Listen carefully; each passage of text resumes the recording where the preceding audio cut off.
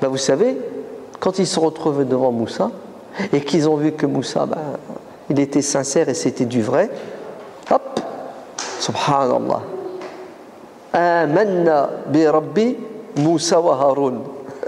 Fini, ça marche pas ton truc. C'est fort quand même, hein. C'était les personnes les mieux placées pour savoir si Moussa était un imposteur ou non. Réaction. Les tyrans, ils perdent la raison. Hein. Comment? Amantum bihi qabla an adina lakum. Vous croyez en lui alors que je ne vous ai pas donné le feu vert. Vous avez vu comment ils sont les despotes? Ouais. Tu crois quand je le décide. T'arrêtes de croire quand je le décide. En fait, ils veulent te retirer la liberté. La liberté que Dieu nous a donnée, ils veulent nous la retirer. C'est ce qu'ils lui ont dit. Les menaces. Ouais. Je vais vous amputer de quoi? Du bras droit, c'est ça? De la jambe gauche. Je vais même vous crucifier. Comme ça, vous servirez d'exemple aux autres pour les dissuader de se rebeller contre ma puissance. Bref, il a essayé de les acheter, ça a failli marcher. Maintenant, il essaie de les exterminer. Rien à faire. Ils lui ont dit, fais ce que tu as à faire. Ouais. On se retrouvera devant le Seigneur de l'univers. Et ils sont morts? Non, astaghfirullah, ils ne sont pas morts. Il ne faut pas dire de ceux qui sont tombés martyrs qu'ils sont morts. Ouais. Attention, ils sont vivants. Ouais. Et ils ont fait un pied de nez à Pharaon. Ah ouais. Ils ont gagné l'éternité. C'est fort quand même. Hein. Vous avez vu le vrai iman, la vraie foi. Vous avez vu le vrai lien avec Dieu. Le grand Cheikh Abou Bakr Trabulsi, rahimahullah, il a fait une khutbah al-Jumu'ah. Et dans sa khutbah, il va critiquer le despote de l'époque. À un moment donné, l'Égypte était dirigée par des Fatimides, une secte chiite, c'est l'Ubaydiyoun. Mais vraiment, plus égaré que ça, tu ne trouvais pas. D'ailleurs, l'un de leurs dirigeants, qui s'appelait Al-Hakim bi Amrillah, s'est autoproclamé Dieu à un moment donné. Il a dit, c'est moi Allah. Vous entendez, hein? Et il a promulgué des lois qui dépassent l'entendement. Il a interdit aux gens, écoutez bien, de vivre la journée, de travailler la journée. Il a inversé l'horloge biologique divine. Donc les gens devaient vivre la nuit, travailler la nuit, et le jour, ils doivent disparaître de la circulation et dormir. L'inversion. Hamaqa. Tu sais, les despotes et les tyrans, ils font des choses, tu te dis, mais ils sont malades, ils sont fous. Oui, c'est ça, la folie des grandeurs. Ouais. Hada, Abou Bakr Trabulsi, va faire une khutbah al-Jumu'ah dans laquelle il va inciter les gens à quoi? À se rebeller contre Pharaon. Ouais. Et il dira, si j'avais dans mon carquois 10 flèches, 10 balles dans mon fusil, je décocherais 9 flèches contre ce tyran et une contre l'ennemi extérieur, les Mongols. Ouais. Bien entendu, les services sucrés vont faire leur rapport. Ouais. Et quand le rapport va arriver sur son bureau, ils n'acceptent pas la critique. Ouais. Donc, il va être arrêté, emprisonné, et le jour J, le face-à-face entre Abou Bakr Trabulsi et le pharaon. Il lui dira, tu as dit ça, tu as dit ça, tu as dit ça. Et regardez maintenant le yaqin, la certitude. Regardez la force. Un petit cheikh, il défie le monde entier. Ouais. Et regardez Sakina, la sérénité, zen, tranquille. Il va dire, c'est faux, j'ai jamais dit ça. C'est pas vrai. Et si tu l'as dit, regarde, ouais, j'ai un rapport. Et c'est ça le problème, les intermédiaires, ils faussent tout. Hein. Ouais. Pour ça, il faut tout enregistrer, comme ça au moins, ça servira. Il a dit, ce que j'ai dit, c'est, si j'avais... Alors, le rapport, il a été faussé parce que il est contraire à ce qu'il a dit. Dans le rapport, c'est écrit, que l'imam a dit, s'il avait 10 flèches, il tirerait 10 flèches contre les Mongols et une contre le dirigeant. Ouais. Je dis, c'est pas vrai, j'ai jamais dit ça. Je dis, si, tu l'as dit. Il a dit, non. J'ai dit que si j'avais 10 flèches, j'en décocherais 9 contre toi et une contre l'ennemi. Ouais. Il y a une erreur de frappe. Ouais. Il a confirmé, il a rappelé la vérité. Comment ça s'est terminé? Ça s'est terminé avec une crucifixion en place publique, vous entendez? En place publique, et ils ont ramené un boucher qui l'a dépecé. Il a retiré la peau au couteau. Et ce boucher, qui était un juif, tellement il avait pitié de lui, mais il a fini par quoi? Par le poignarder pour lui donner la mort. Ouais. Vous avez vu la confiance et la sérénité et le défi. Ouais. Peur de personne. Le Qadi Ahmed ibn Jahaf, en Espagne, l'Andalousie. Vous savez, quand les chrétiens font ce qu'on appelle la Reconquista, ils ont fait le siège de Valence, Valencia. Ouais. Et les moujahidines se battent. Malheureusement, leurs frères musulmans ne sont pas venus les aider. Et à un moment donné, tu n'as plus de vivres, tu n'as plus d'eau, donc il y a des discussions, ouais, pour essayer de trouver un terrain d'entente avec l'ennemi. Celui qui faisait le siège, c'était As-Sayyid, le Cid. Ouais, le Cid, il a déjà fait Corneille, le Cid Campeador. As-Sayyid al-Computer, na'latullahi alayh. C'est comme ça que les historiens musulmans le nomment. As-Sayyid al-Computer, na'latullahi alayh.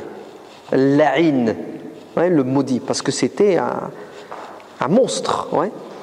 Donc discussion, et à un moment donné, regardez la trahison, les riches, les notables, les bourgeois de la ville vont accepter la reddition. Ouais, ils vont se rendre. Ouais. Alors que les combattants, les moujahidines qui ont à leur tête le Qadi, le grand juge Ahmed ibn Jahaf, disent il est hors de question qu'on se rende parce qu'ils n'ont pas de parole et ils vont nous massacrer. Autant mourir eux et résister, ouais, debout. Et les autres vont trahir, ils vont se rendre, ils vont ouvrir les portes. Walakin, le noyau dur des moujahidines sincères continue à quoi? À résister jusqu'à ce qu'ils se retrouvent encerclés dans la citadelle. Et bien entendu, c'est une bataille perdue. Ceux qui ne sont pas martyrs se font arrêter et le Qadi fait partie des prisonniers. Ils vont le juger en place publique. Ouais. Et il suffit qu'il signe, il suffit qu'il reconnaisse, il suffit qu'il se prostitue politiquement, intellectuellement et tout ce que vous voulez. Et il a la dunya. Il leur a dit non. Ouais. Jusqu'au bout. Et si je dois mourir, je vais mourir. La yasta'khiruna sa'atan wa la yastaqdimun. Ha ya la aqida. Vous avez compris? C'est-à-dire, si tu dois mourir, tu mourras. Tu ne peux pas avancer ni retarder d'une seconde. Ça développe quoi chez toi? Hein? L'apaisement, oui ou non? Ouais. En fait, deux choses. Le fait qu'on ne sache pas quand on va en mourir, le fait que la mort ne dépend pas de nous et de personne, hein, ouais, ça développe chez nous deux choses. La tranquillité, la sérénité, puisque personne ne peut t'ôter la vie, donc tu ne crains personne, n'est-ce pas? Donc tu vas adorer personne. Ouais. Ah oui. Saïd ibn Jubayr, l'élève de Abdullah ibn Abbas radiallahu anhu. Ouais. Saïd ibn Jubayr, il s'est soulevé contre la tyrannie de Al-Hajjaj ibn Yusuf, le gouverneur de l'Irak, un tyran, un despote. Ouais. Quand Saïd s'est fait arrêter, il y a un dialogue extraordinaire entre Saïd, le savant libre, c'est ça, et le despote. Et à un moment donné, le général Al-Hajjaj ibn Yusuf va dire à Saïd ibn Jubayr, attention, tu vas mourir, hein, je vais te condamner à mort. Ok, mets de l'eau dans ton vin. Essaie de... C'est ce que lui a dit Saïd ibn Jubayr. Il lui a dit, si je pensais, je croyais que tu étais capable de donner la mort, mais je t'adorerais. C'est pas Allah que je vais adorer, c'est toi. Allez, si tu avais ce pouvoir de donner la mort, donc la vie, si tu ne tues pas quelqu'un, ben Wallah, je t'adore. Mais tu es malade. Ouais. Tu sais qui je suis? Je suis un musulman croyant, convaincu, éclairé, qui pense que yuhyi wa yumit. C'est Dieu qui donne la vie, c'est Dieu qui donne la mort. Allez, il a voulu l'intimider, il a voulu lui faire peur. Je lui ai dit, remballe. Ouais. Je lui ai dit, je vais te tuer. Je lui ai dit, très bien. Choisis ta mort. Il a dit, non, c'est toi qui vas choisir. Ouais, tu veux du cyanure, la pendaison, la décapitation. Saïd lui dit, non. Sache que tout ce que tu me feras sur terre, pire, il te sera fait dans l'au-delà. D'accord? Donc, choisis bien ce que tu veux vivre plus tard. C'est puissant quand même. Hein? Et le Hajjaj, il y a la haine, parce qu'il n'arrive pas à le soumettre. C'est ça qui rend fou ces tyrans. Hein? Ils veulent que les gens les adorent. Ils ne supportent pas la liberté. Ouais? Et il s'énerve et il s'emporte, il dit, tuez-le. Et Saïd ibn Jubayr dit, wajjahtu wajhiya lilladhi fatara as-samawati wal ard. Et je me dirige vers Dieu, le créateur des cieux et de la terre. Il a dit, ne le dirigez pas vers la Qibla, retournez-le vers les tréfonds de la terre. Et il le regarde, Saïd, et lui dit, Aynama tuwallu fathamma wajhullah. Quelle que soit la direction que tu prends, tu trouveras Dieu en face de toi. Jamais, ouais, on n'est pas dans... Ouais. Quand tu sais que Dieu est tout puissant, que c'est Dieu qui décide de la vie et de la mort, ça développe chez toi la paix et la sérénité. Le Qadi Ahmed ibn Jahaf, quand ils l'ont jugé et condamné, ils vont l'exécuter en place publique. Ils vont creuser un trou, ils vont l'enterrer jusqu'au bassin, ils vont ramener du bois pour le brûler devant tout le monde pour qu'il serve d'exemple et de modèle. Quand ils ont allumé le feu, vous savez qu'est-ce qu'a fait le Qadi? Il tirait le bois vers lui en disant « Wa'ajiltu ilayka rabbi litarda » Seigneur, je viens vers toi en courant. Ouais. Il n'y a pas cette peur.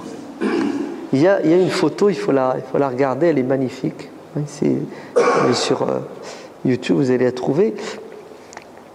C'est la photo de Sayyid Qutb, rahimahullah. Ouais, Sayyid Qutb, c'est une pointure, c'est... Oh là là, que dire de Sayyid Qutb? Sayyid Qutb, wa ma adraka ma Sayyid Qutb.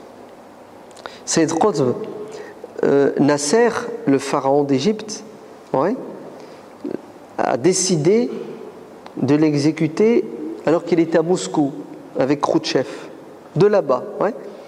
Tellement Sayyid Qutb lui faisait peur et tout ce qu'il représentait et tout ce qui était avec lui, ouais. Et donc quand ils l'ont jugé, c'était risible.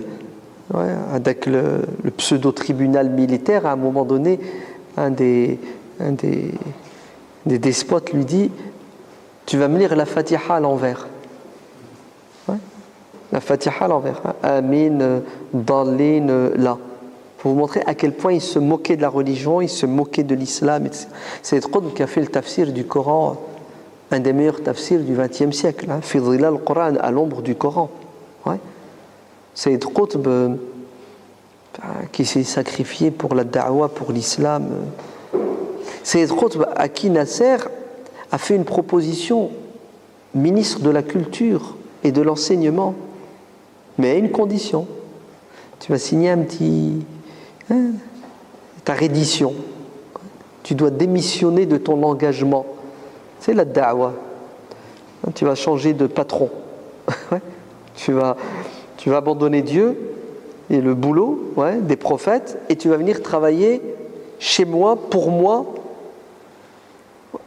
le pharaon d'Égypte, ouais, Nasser, ouais, le mouchrik qui a inventé une religion qui s'appelle le nationalisme arabe, le panarabisme. Hein, c'est ça le shirk, hein, d'aujourd'hui. Vous savez, les Arabes, ils n'adorent pas les statues. Ouais. Les musulmans, vous savez, on le dit, ouais, ils adorent les morts, ils tournent autour des tombes. Non, ça c'est fini, ça, c'est dans les années 30, 50, 60. Aujourd'hui, la majorité des musulmans n'adorent ni les saints ni les tombes, hein, c'est du baratin, hein, c'est ces pseudo-discours avec lesquels ils nous endorment les vendredis, le tawhid, les gens adorent les saints, un pseudo-problème, le tawassul, tout ça, c'est du divertissement théologique pseudo-spirituel. Hein. Les musulmans aujourd'hui adorent, ouais, la dunya, le matérialisme, c'est ça, le foot, ouais, le sexe, les jeux de hasard, la dunya au sens péjoratif et négatif du terme, où ils ont des idéologies, ouais, le nationalisme, etc., etc. Donc, démissionne, c'est moi ton nouveau patron, ta nouvelle religion sera le nationalisme arabe, et bien entendu, t'inquiète, hein, au niveau salaire, tu seras un roi. Comment Sayyid Qutb m'a répondu? Franchement, c'est attirant. Ouais. Il est en prison, astaghfirullah, c'est pas une prison. Les prisons égyptiennes, c'est pas des prisons. Hein. Parce que vous, prison, vous croyez que c'est Fleury-Mérogis. Non, ça n'a rien à voir. Hein. Je ne sais même pas comment vous les décrire. Il faudrait des heures de... Il faudrait un séminaire, tiens. Il faudrait un séminaire sur la torture et les prisons dans les pays musulmans et en particulier l'Égypte pour que vous imaginiez un peu ce que vivent les musulmans, nos frères musulmans partout. Donc tu vas sortir de l'enfer, voilà, on va appeler l'enfer, ouais, pour vivre dans le paradis. Sayyid Qutb répond, écoutez bien, il dit ce doigt-là, c'est l'index qu'on utilise dans la prière quand on fait le tashahhud, ouais, qui se soumet devant la grandeur de Dieu. Il dit ce doigt qui s'incline, ouais, dans la prière, ce doigt qui est le symbole de la shahada, hein, le symbole du tawhid. Le tawhid, hein, pas le tawhid là, le vrai tawhid. C'est-à-dire, tu crois en Dieu, mais Dieu a tous les pouvoirs, c'est ça? Eh bien, cet index qui exprime cette soumission totale à Dieu ne peut pas s'incliner devant des pseudo-divinités. Hein? Je ne peux pas, comme Dieu dit dans le Coran, il n'y a dans aucune poitrine d'un être humain de cœur, on n'a qu'un cœur. Ouais. Et j'adore Dieu, je ne peux pas t'adorer, Nasser. Ouais, c'est impossible. Ouais. Je m'incline que devant Dieu. Ah, c'est comme ça. Tu ne veux pas m'adorer, mais tu vas mourir. Quand ils ont annoncé, allez, vous croyez que c'est une Qutb, Hani, il a flippé, vous croyez? Allahu Akbar wa lillahi alhamd. Tous ceux qui ont été condamnés à mort, vous les entendez crier le cri de la victoire. Allahu Akbar wa lillahi alhamd. Vous entendez? Dieu est tout puissant et merci Seigneur. C'est fort quand même. Hein? Allez, on te condamne à mort et tu dis que tu gagnes, c'est toi qui as gagné, Allahu Akbar, et tu es content. En fait, qui parle et qui pense comme ça? Vous savez c'est qui? C'est celui qui sait qu'une fois que tu crois en Dieu, automatiquement, ça te mène à croire en la vie après la mort. Vous avez vu la Aqidah, comment tout est imbriqué et lié? Ouais. Al-iman bil yawmil akhir. Ouais. La vie, c'est qu'un tremplin. Pourquoi? Pour aller dans l'au-delà. Omar ibn Abdel Aziz radhiyallahu anhu disait la vie d'ici-bas et la vie de l'au-delà sont reliés par un pont qui s'appelle la mort. Et pour aller dans l'au-delà, il faut passer sur le pont. La mort n'est pas une fin en soi, c'est juste un passage. En fait, l'âme ne meurt pas. L'âme a eu un début et ensuite elle restera éternelle. Donc, ces gens-là sont convaincus que les âmes sont entre les mains de Dieu et que le corps, c'est secondaire. Et d'ailleurs, Saïd Qutb, avant qu'il ne passe à l'échafaud, va demander de rencontrer et de saluer ses sœurs, car 2 de ses sœurs étaient en prison avec lui, Hamida et Amina Qutb, avec Zainab al-Ghazali. Donc il les salue, il leur dit au revoir, salam alaikum. Il ne leur annonce pas, mais il dit à Zainab al-Ghazali, il lui dit: j'ai vu le prophète sallallahu alayhi wa sallam dans mon rêve cette nuit, qui m'a dit marhaban bik, tu es le bienvenu chez nous au paradis. Et effectivement, et tu le vois, il va vers l'échafaud avec le sourire. Il est heureux, il est content. Oui. Abdelaziz al-Rintisi, Allahu Akbar, quand ils ont tué Cheikh Ahmed Yassine en 2003-2004, celui qui l'a remplacé, c'est Assad au Palestine, les lions de Gaza. Vous l'écoutez, il fait une conférence, et puis vous savez ce qu'il dit. C'est un journaliste qui lui dit: vous n'avez pas peur de vous faire tuer, de mourir? Il a dit: écoutez, nous avons une aqida qui nous enseigne que le jour où on doit mourir, il est déjà prescrit. La minute, la seconde, même le lieu, l'endroit, même la façon, tout ça, c'est pas de notre ressort. Avant même qu'on existe, combien? 50 000 ans avant que Dieu ne crée la terre, la première des choses que Dieu a créées, c'est la plume, le qalam. Et qu'est-ce qu'il lui a dit? Il lui a dit de mettre par écrit ma naissance, ma mort, ma subsistance. C'est fort quand même, au niveau aqida.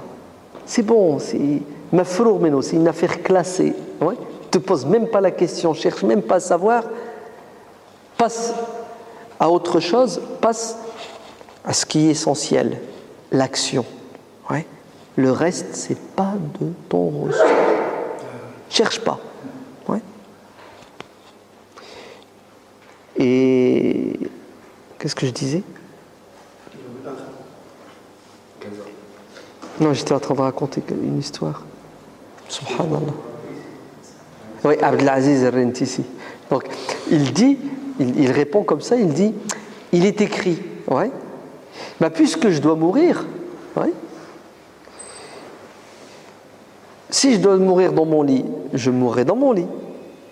Si je dois mourir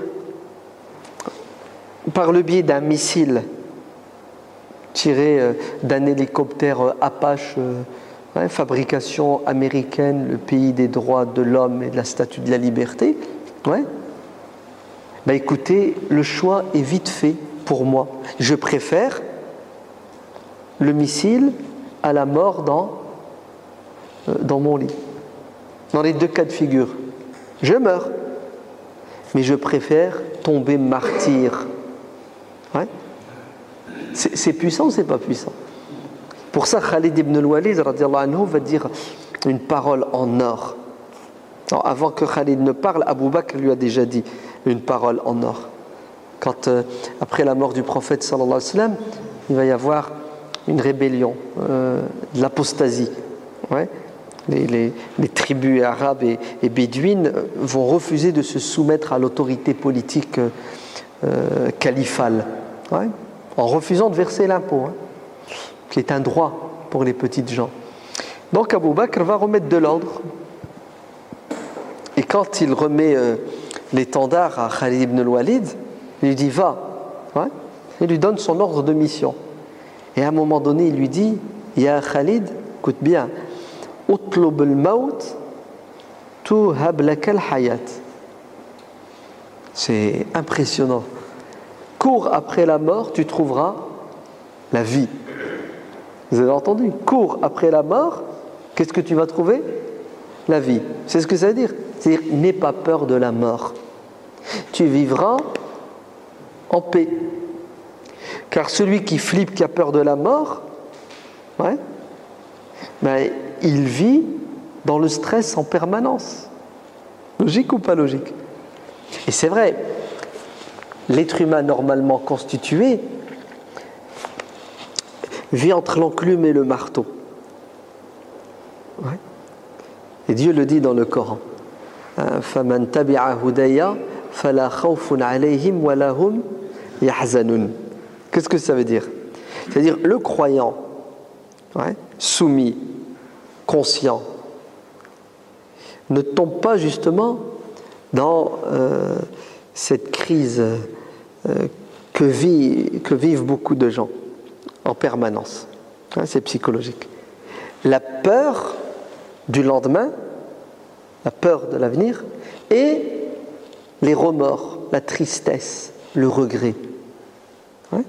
El-Hazan, donc tu regardes derrière toi et tu te lamentes. Ouais. Les malheurs qui t'ont touché, sont des cauchemars qui te suivent en permanence et qui te rongent. Ouais. Tu as raté des choses, tu te morfonds en permanence. Donc, le passé te torture et l'avenir t'handicape, la peur de l'avenir, ouais, la peur du lendemain. Sur terre et dans l'au-delà, hein. Au quotidien, mais aussi par rapport à la dunya, par rapport à l'akhira, hein, au moment de mourir, etc. Et tout, quelles que soient les circonstances, tu vis toujours. Dieu dit dans le Coran que le croyant, soumis à Dieu comme il se doit, khlas, il se débarrasse de ces deux choses. Ouais. Même au moment de la mort, les anges lui rappellent. Ouais. Ils lui disent, n'aie pas peur.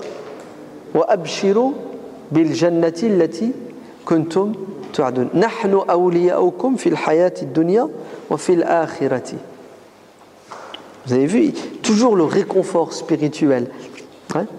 Et ce qui vous attend, c'est le bonheur. Ouais. Ce que vous laissez derrière vous, n'ayez pas peur pour eux. Donc, oh punaise, qu'est-ce que je disais? Khalid ibn al-Walid, voilà. Donc Abu Bakr lui dit, cours après la mort, tu trouveras la vie. C'est-à-dire, va au champ de bataille, sans appréhension, pas besoin d'avoir peur. Pourquoi? Parce que si tu dois mourir au champ de bataille, tu mourras. Et si tu ne dois pas y mourir, tu n'y mourras pas. Et pour nous, c'est une inconnue, le lieu de notre mort et le moment.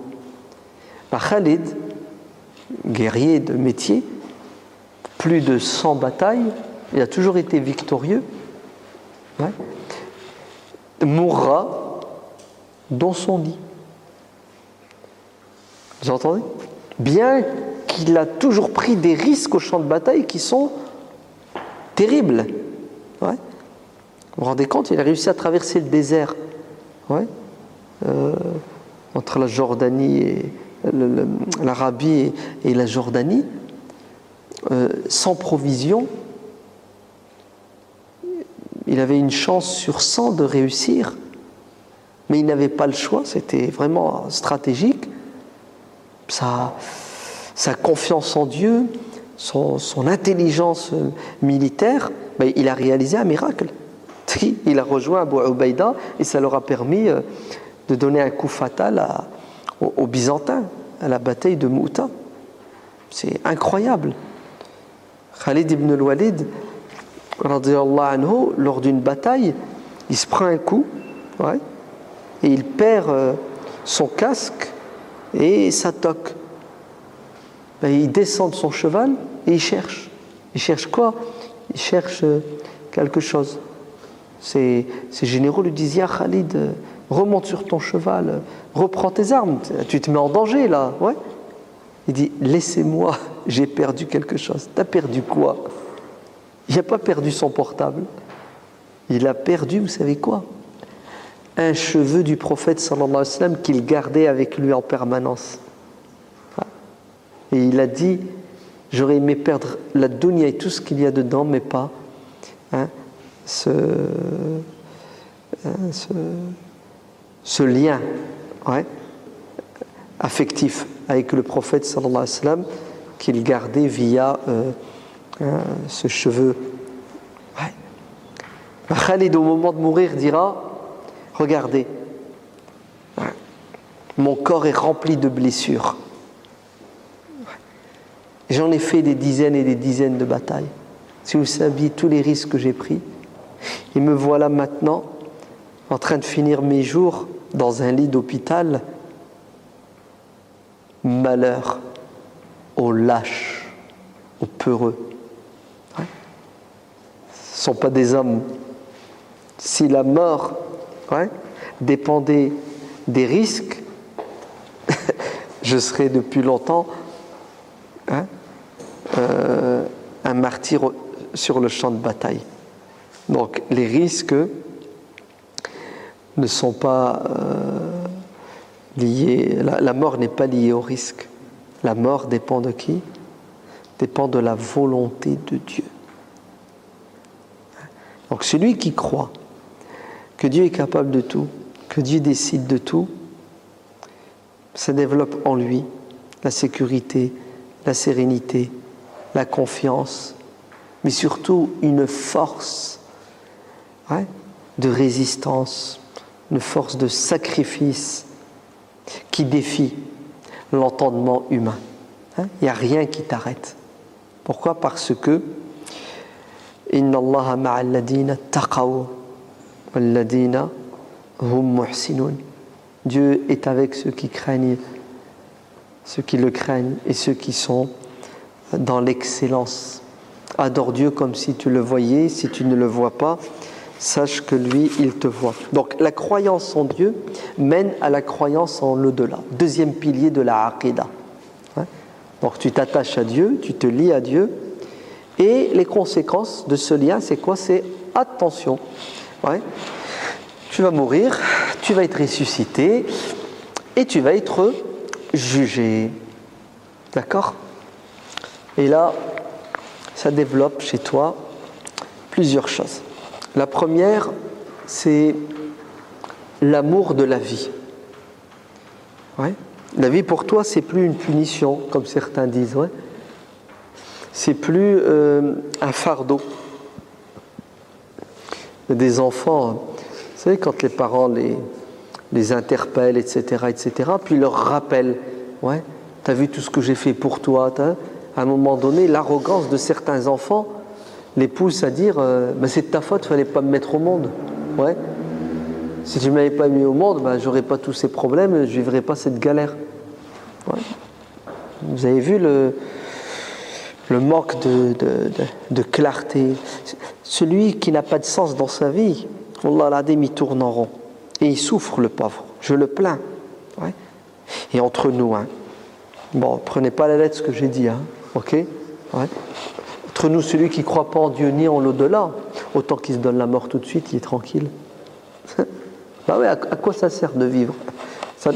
La vie n'a pas de sens si, après la dunya, il n'y a pas l'akhira. Et Dieu dit ça dans le Coran, dans la sourate Al-Hajj. Man kana yadhunnu an lan yaqdir Allahu alayhi falyamdud bi sababin ila as-sama. Ah oui, c'est puissant. Dieu dit ceux qui pensent que la religion c'est de la foutaise, Dieu n'existe pas, tout ça. Qu'il mette une corde au plafond de sa chambre et ensuite qu'il se donne la mort. Et il verra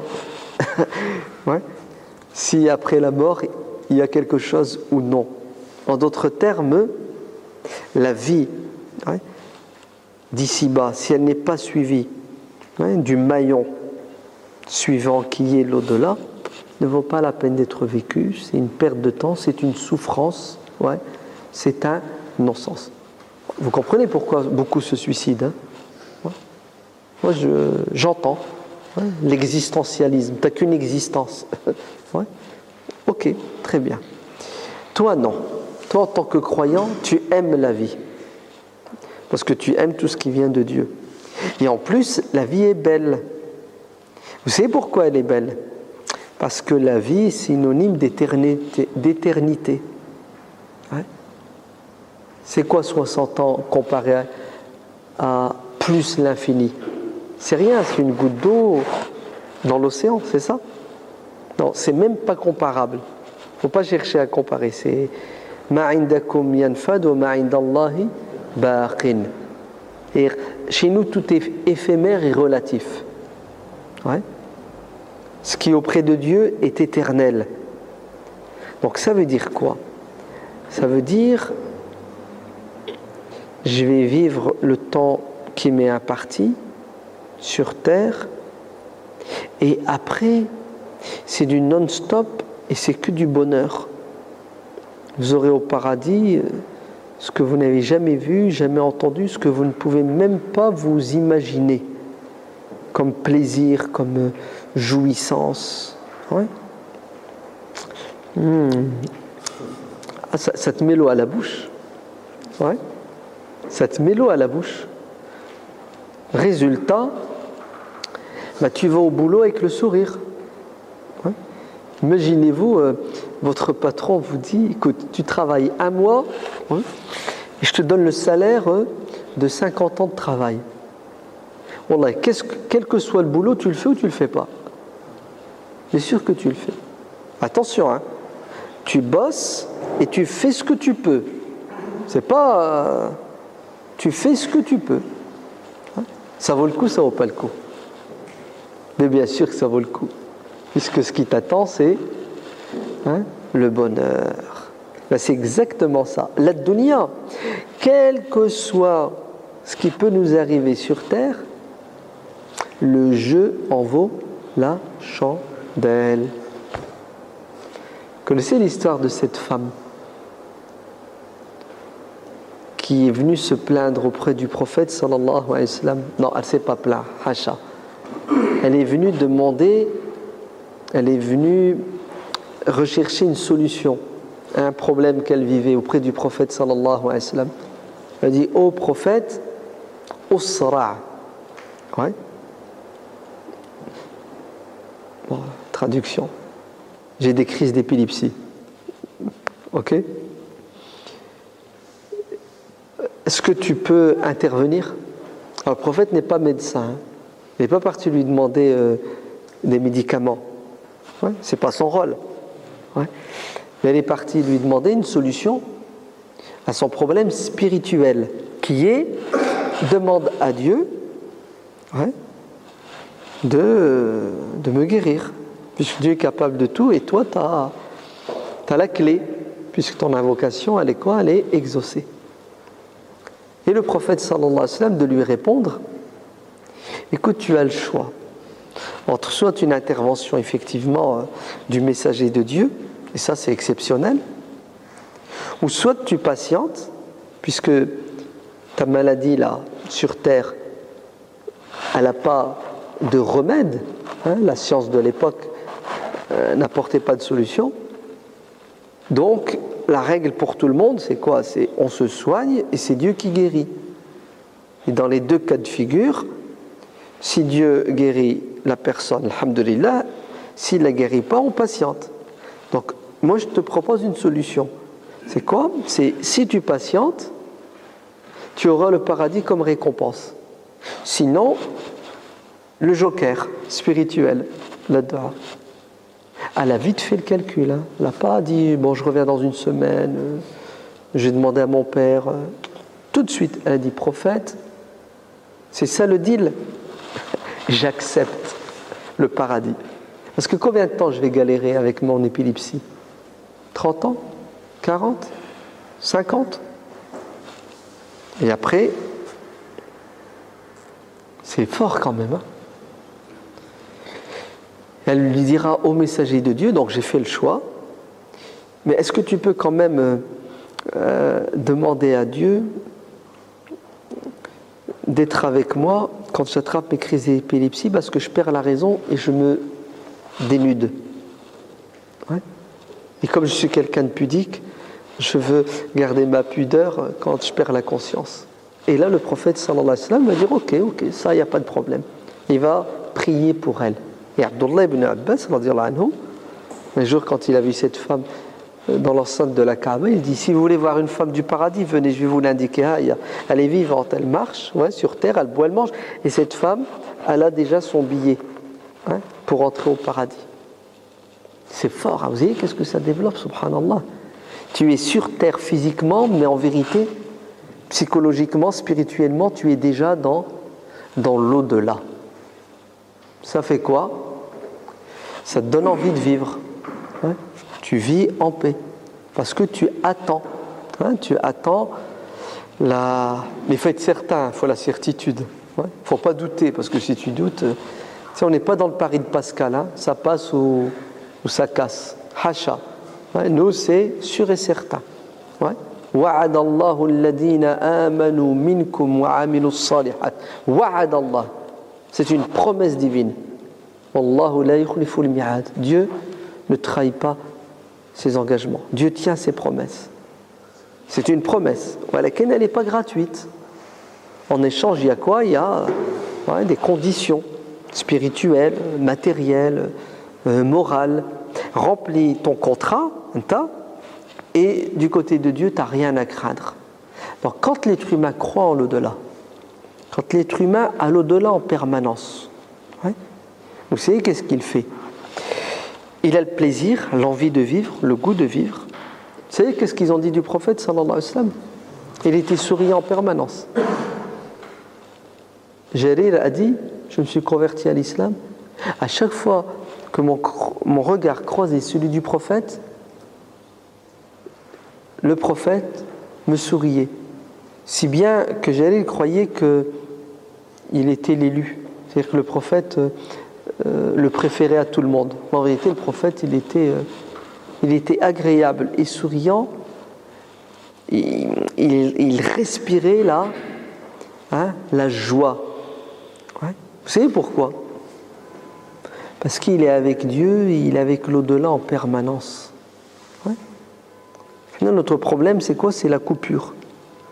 Le rafla, comme ça. Tu sais, il y a des vides, il y a des blancs. On oublie. On se débranche, on se déconnecte. On perd le réseau.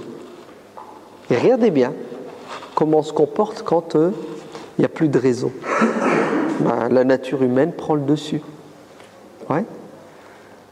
Le prophète sallallahu alayhi wa sallam, il dit quoi? Il dit, quand vous êtes en colère, qu'est-ce qu'il faut faire? Si vous êtes debout, asseyez-vous. Si vous êtes assis, allongez-vous. Et si ça ne part pas, allez faire les ablutions. C'est ça? La colère vient de qui? Vient du diable. Le diable est fait de quoi? De feu. Vous avez vu comment tu boues de l'intérieur? Qu'est-ce qui éteint le feu? C'est l'eau. Regardez, subhanallah. Au quotidien, on pète les plombs, on se met en colère, on va proférer des paroles qu'il ne faut pas, on va devenir violent. Tout ça pourquoi? Parce que on se branche sur le diable, ou plutôt le diable, il prend le dessus sur nous. Et quand le diable est avec toi, est-ce que Dieu est avec toi?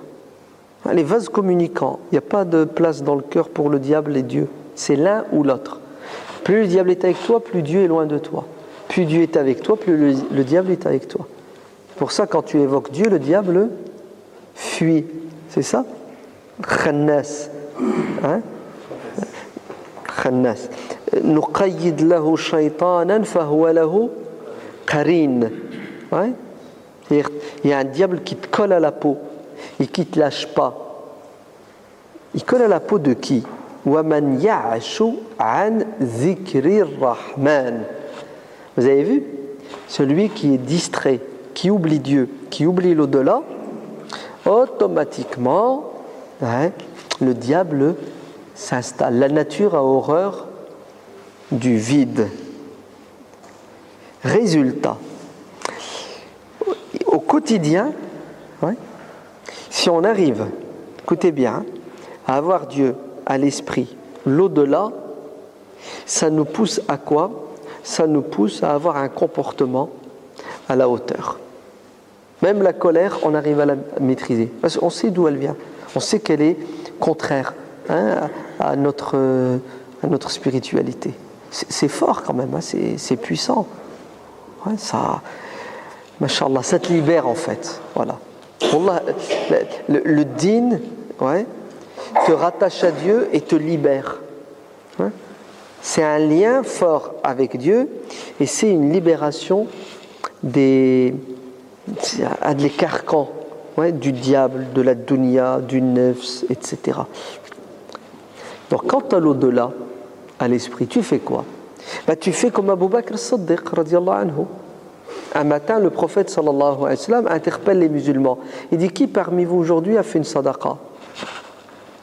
Abu Bakr lève la main. Qui parmi vous aujourd'hui a rendu visite à un malade? Abu Bakr lève la main. Qui parmi vous aujourd'hui a jeûne? Abu Bakr lève la main. À chaque fois que le prophète dit qui a fait un bien, Abu Bakr lève la main. Et le prophète sallallahu alayhi wa sallam va lui mettre la médaille en disant, celui qui arrive à faire ça en une journée, les portes du paradis lui seront ouvertes. Ça veut dire quoi? Ça veut dire qu'Abu Bakr, chaque matin quand il se réveille, il cherche à ouvrir les portes du paradis. Comment est-ce qu'il les ouvre? En faisant le bien. Vous connaissez le hadith, hein?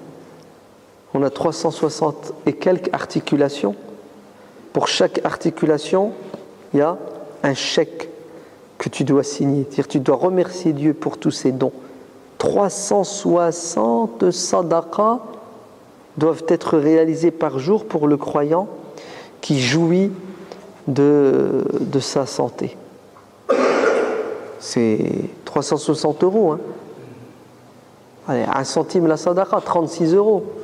Le prophète sallallahu alayhi wa sallam dit, même une bonne parole, c'est une sadaqa. Ordonner le bien, conseiller quelqu'un, c'est une sadaqa. Et à la fin, si vraiment t'as pas d'argent, t'as pas de sourire à donner, rien, tu dis subhanallah, alhamdulillah, Allahu akbar. Non, tu fais 2 rak'at et puis ça couvre. Vous savez comment on devient quoi? Actif, c'est ça? Wallah, la foi en l'au-delà te transforme en un être humain croyant, acteur, une fourmi. Tu cours dans tous les sens. C'est fini la fainéantise. Ouais. Celui qui croit en l'au-delà, il bosse pour l'au-delà. Le prophète sallallahu alayhi wa sallam a dit qu'il a croisé le prophète Ibrahim alayhi salam. Ibrahim lui a dit, tu annonceras à ta communauté que le paradis il est super, il est magnifique, il est beau. Mais c'est une terre vierge. C'est ça? Et il faut planter. Ouais. Il faut l'agrémenter le paradis. Et à chaque fois qu'on dira subhanallah, il y a un arbre qui pousse au paradis. C'est ce que ça veut dire. Ça veut dire subhanallah, alhamdulillah, Allahu akbar, astaghfirullah, astaghfirullah, astaghfirullah. Tu as un chapelet avec toi et sans arrêt tu égrènes. Ouais. Allez, 100, 200, 1000, 5000 fois, sans arrêt. Pourquoi? Parce que tu as le souci de planter ton jardin. Et toute ta vie, c'est un jardin, c'est ça? Un jardin, et si tu plantes rien, tu n'auras rien. Ajib, tu es un bosseur, tu es un investisseur. Le prophète sallallahu alayhi wa sallam dit, si c'est la fin du monde et vous avez dans la main une graine, un plant, vite, essayez de faire une bonne action, planter avant que la fin du monde ne vous surprenne. Quand tu te réveilles le matin, mets-toi dans la tête que tu peux mourir la journée. Donc, fais le maximum de bien la journée. فَمَنْ يَعْمَلْ مِثْقَالَ ذَرَّةٍ خَيْرًا يَرَهُ. Celui qui fera du bien, aussi minime soit-elle, verra les fruits de son bien. Et l'inverse. Vous voyez comment l'au-delà te propulse, la croyance en l'au-delà, pour faire le bien, et elle te freine.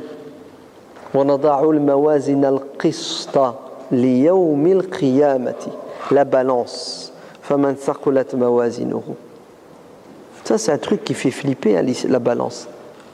Croire que tout ce qu'on fait, ce qu'on dit, même certaines de nos pensées, même nos intentions, tout ça est répertorié, enregistré, iqra kitabaka, ouais, et tout sera matérialisé, ouais, sur le plateau. Les plus, les moins, les bonnes actions, les mauvaises actions. Et si tu es en déficit, tu n'es pas clair. Si tu es un mouflis, tu n'es pas clair. Donc c'est bon, vous voyez ce que c'est que croire en l'au-delà. C'est Malik ibn Dinar, radiyallahu anhu, qui disait, ouais, si on devait acheter les stylos et le papier et le fournir à l'ange qui écrit nos mauvaises actions, on serait ruiné. Donc faites des économies de papier, s'il vous plaît, de stylo. Ouais. Arrêtez de quoi de dire n'importe quoi et de faire n'importe quoi. Eh oui. Je ne sais plus comment s'appelle ce saint. Il avait un problème avec sa langue. Il avait du mal à la contenir, à la maîtriser. Et vous savez ce qu'il a décidé de faire? À chaque fois qu'il ferait un péché avec sa langue, il jeûne. Donc il jeûne. Mais il a dit avec le temps, le jeûne, ça ne faisait plus rien. Le corps s'habitue. Hein. Il a dit, et ça n'a pas freiné, ça n'a pas arrêté ma langue.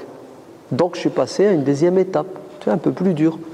J'ai décidé qu'à chaque fois que je dirais une bêtise avec ma langue, je prends 1 euro dans une tirelire. Quand j'ai vu mon fric partir, j'ai arrêté. Ah, il appuyé là où ça faisait mal. Non mais c'est puissant quand même. Vous vous rendez compte? Ouais. Regarde jusqu'où va la conscience, ouais, spirituelle du croyant. 1 euro, tac, tac, pourquoi? Pour Allahu Akbar. Ah, c'est beau la croyance en l'au-delà. Ouais. Ça te fait flipper. Ouais. L'enfer. Regardez le Coran quand il nous parle de l'enfer. Ouais. Il nous donne toujours, regardez, ce que vous allez boire, ce que vous allez manger, ce que vous allez ressentir. C'est très concret, c'est très matérialisé. Ouais. C'est pas abstrait. Pourquoi? Parce que l'être humain, si tu lui donnes de l'eau chaude à boire, il sait ce que c'est. Donc Dieu nous parle de l'enfer et du paradis à la lumière de ce que l'on sait, de ce que l'on vit, de ce que l'on est capable de ressentir. C'est ça? Puis vous savez ce qu'il nous dit? Il ne sait rien à ça. Ça, c'est un avant-goût. Wa utu bihi mutashabiha. Ouais. C'est juste une impression, mais en vérité, le paradis est meilleur et l'enfer est pire que ce que vous ne pouvez vous imaginer. C'était Rabi' ibn Khusaym. Ouais. Il priait la nuit, il était toujours en pleurs. Ouais. Et sa mère lui a dit, fiston, tu me fais pitié. Ouais. Dis-moi, qu'est-ce que tu as fait de grave pour que tu sois dans cet état? Tu sais, la tristesse, les pleurs, les prières. Vraiment, t'as fait quelque chose de grave. C'est pas, hein? Il a dit, oui, j'ai tué quelqu'un. Ah oui, c'est vrai que tuer quelqu'un, c'est terrible. Taïb. Dis-moi, c'est qui? La famille. On va aller, hein, leur demander pardon. Et s'ils ne veulent pas, on va payer le prix du sang. Et tu ne veux pas rester dans cette situation, fiston. Tu me fais pitié. Elle dit, maman, ne cherche pas. La personne que j'ai tuée, c'est moi. Hein? Suicide. C'est-à-dire mes péchés, ma faiblesse. Ouais. Oui, il considère qu'il est en train de se donner la mort. Ouais. Donc, qu'est-ce qui l'a mis dans cette situation? C'est la peur et la crainte. De quoi? De l'au-delà. Ouais. Vous vous rendez compte, c'est ce qu'il a fait? Il a creusé une tombe dans sa chambre. Vous n'avez pas de carrelage, ni de dalle en béton à l'époque. Dans sa chambre, il a creusé une tombe. Et les soirs, avant de dormir, il descendait dans sa tombe. Il avait mis dedans des chaînes. Il se mettait des chaînes. Et puis, il s'imaginait dans la tombe, le jugement, l'enfer. Et il sortait de la tombe en larmes. Il se regardait dans le miroir et il disait: t'as eu du répit. Ça m'attend encore une chance. Tu vois, t'es sorti. Agis avant qu'on arrive un jour où on te mettra dedans et tu ne pourras pas sortir pour te racheter. C'est fort quand même. Hein? Quand Omar ibn Abdelaziz approche son doigt de la bougie, puis il se brûle, ensuite il retire son doigt tellement il a mal, et ensuite il parle à son doigt et il dit: t'arrives même pas à résister à la brûlure d'une bougie, et tu veux résister aux flammes de l'enfer. Ouais. Parce qu'il y a certains qui nous disent: oh, le Coran il est horrible, la description de l'enfer c'est... Ouais. T'as qu'à pas y aller, c'est tout bête. Ouais. Si c'est horrible, c'est terrible, n'y va pas, fais tout pour ne pas y aller, c'est l'objectif d'ailleurs, c'est ça. Et c'est vrai, hein, Dieu nous connaît très bien. L'être humain fonctionne avec la carotte et le bâton. Carotte, bâton, carotte, bâton. Lisez le Coran, vous allez voir, regardez. Dieu parle de l'enfer juste après du paradis. Ou vice-versa. Le paradis, l'enfer. Les deux toujours ensemble. Pour ça, certains imams, c'est terrible leur manière de parler. Ils ne suivent pas le Coran. Le mec, il te fait 10 khutbahs sur l'enfer, les unes après les autres. Alors là, tu sors des 10 khutbahs, t'es mort. T'es mort. Psychologiquement, t'es mort. Tu crois que Dieu, c'est un bourreau. C'est terrible. Pourquoi on ne garde pas la méthode coranique? Regardez, un peu d'enfer, un peu de paradis. Pour que l'être humain ne tombe pas dans les excès, les extrêmes. Toujours voler avec deux ailes pour créer l'équilibre. Donc, après la croyance en Dieu, la croyance en l'au-delà, c'est fondamental. Et la aqidah, c'est aussi la croyance aux anges. Tumina billahi wa malaikatihi. Vous savez ce que ça veut dire, croire aux anges? Ça veut dire que Dieu est capable de tout et que Dieu n'a besoin de personne. Est-ce que vous croyez que Dieu nous a créés parce qu'il a besoin d'être adoré? C'est faux. Parce que nous avons la possibilité de désobéir. Donc, d'ailleurs, la majorité des gens désobéissent à Dieu, non? Astaghfirullah. L'être humain, c'est pas... En vérité, regardez. Les anges adorent Dieu. Ne lui désobéissent pas. Même leur respiration, c'est une adoration. C'est ça?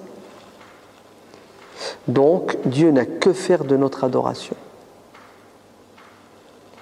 Et notre désobéissance et ingratitude ne diminuent en rien sa grandeur, sa sagesse et son pouvoir.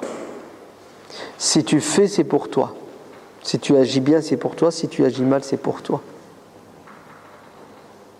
Ya ibadi, ô mes serviteurs, si vous tous, les humains et les djinns, du début jusqu'à la fin, du premier au dernier, vous étiez les plus pieux, ça n'augmenterait rien dans mon royaume. Et si vous étiez les pires des impies, ça ne diminuerait rien. Innama hiya a'malukum uhsiha lakum. Agissez. Et vos actions seront vos témoins le jour de la résurrection.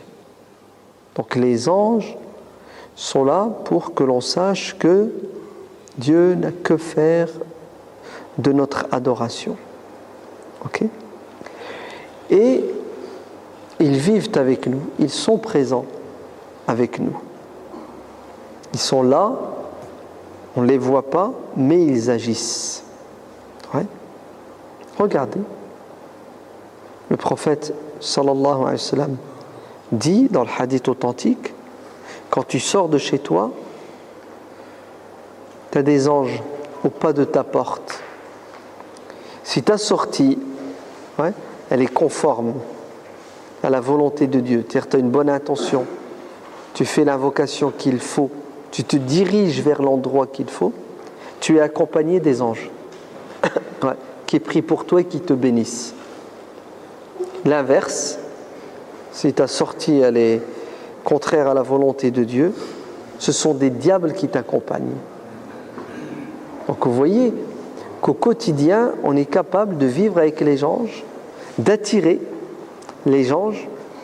Le prophète sallallahu alayhi wa sallam a dit qu'il y a des anges qui sont sayyara, c'est qui se déplacent dans l'univers tout entier et qui sont attirés par qui ?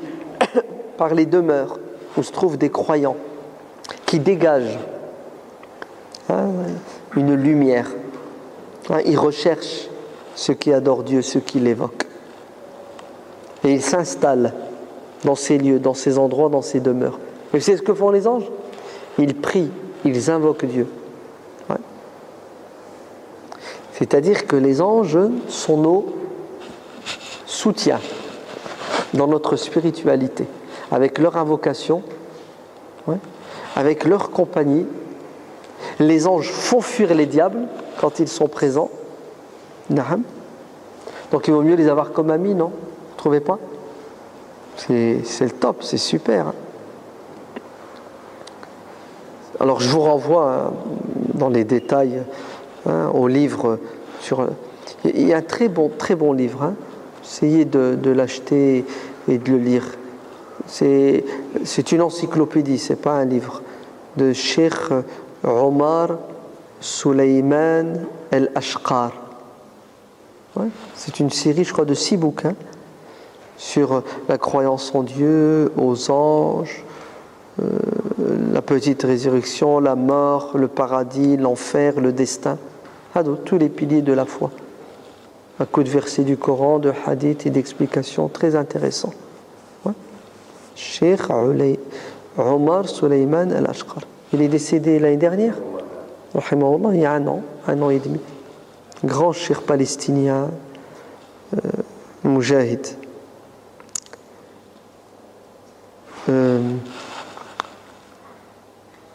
Oui. Donc la croyance aux anges, c'est ça, au jour dernier. La croyance aux messagers, aux prophètes, d'accord, qui sont des modèles, des exemples pour nous.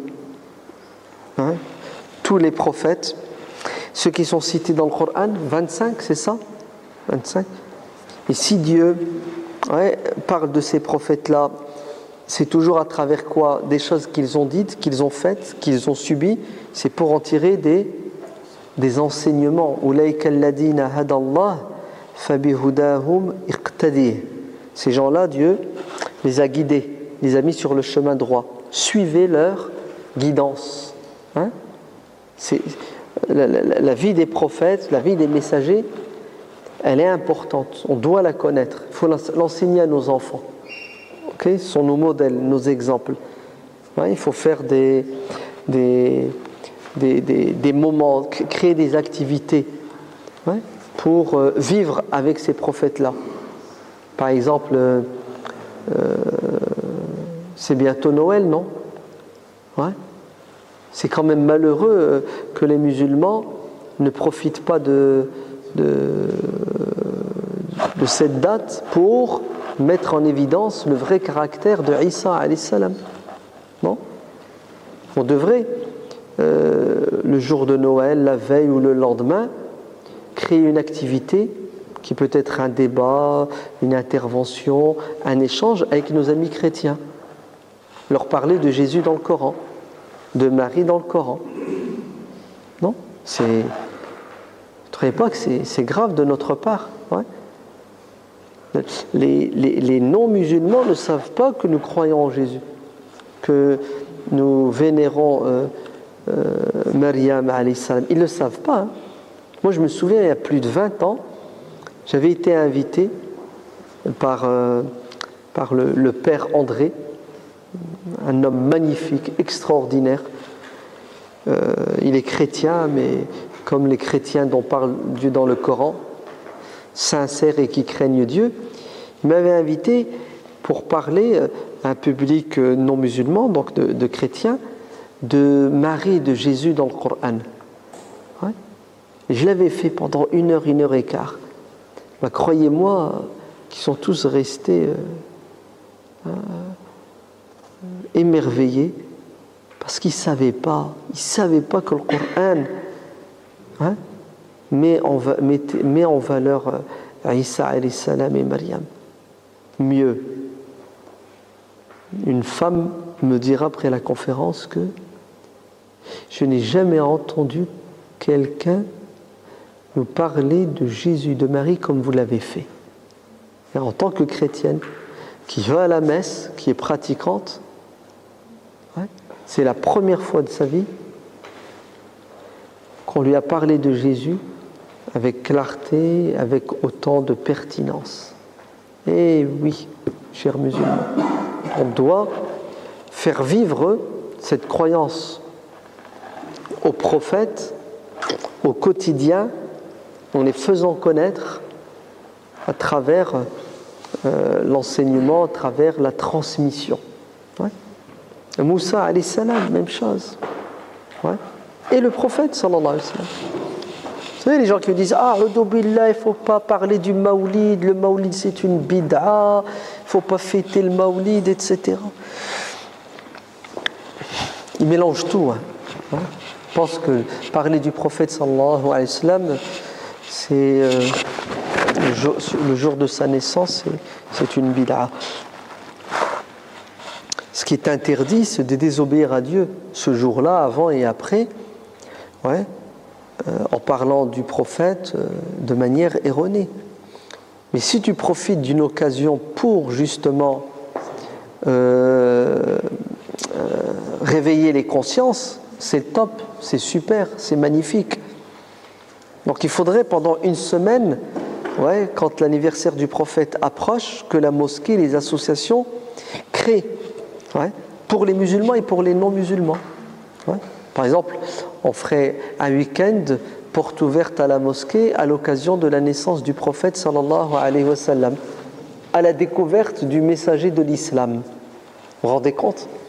Et les gens viennent à la mosquée, on fait une exposition, on les accueille avec convivialité comme on sait le faire, et après ils repartent tous avec un livre sur le prophète Mohammed et un DVD, le messager, le message. C'est beau ou c'est pas beau ? Donc la croyance au prophète, l'amour que l'on doit vouer au prophète Mohammed sallallahu alayhi wa sallam, à sa famille. Ah oui, ça fait partie aussi de notre aqida. Le prophète sallallahu alayhi wa sallam a dit 2 choses, si vous accrochez à ces 2 choses, jamais vous ne vous égarerez. Je vous ai laissé deux cordes. Le livre de Dieu et ma famille. Atrati. Ah oui. Et parmi la famille, les descendants du prophète sallallahu alayhi wa sallam, se trouve un homme extraordinaire qui s'appelle Al-Hussein ibn Ali, qui est le symbole de la résistance contre la tyrannie. Eh oui, le symbole de la révolution. Il a pris les armes, il s'est soulevé contre les despotes et les tyrans. Ensuite, la croyance au livre, et la croyance au destin, quand ça nous plaît et quand ça nous déplaît.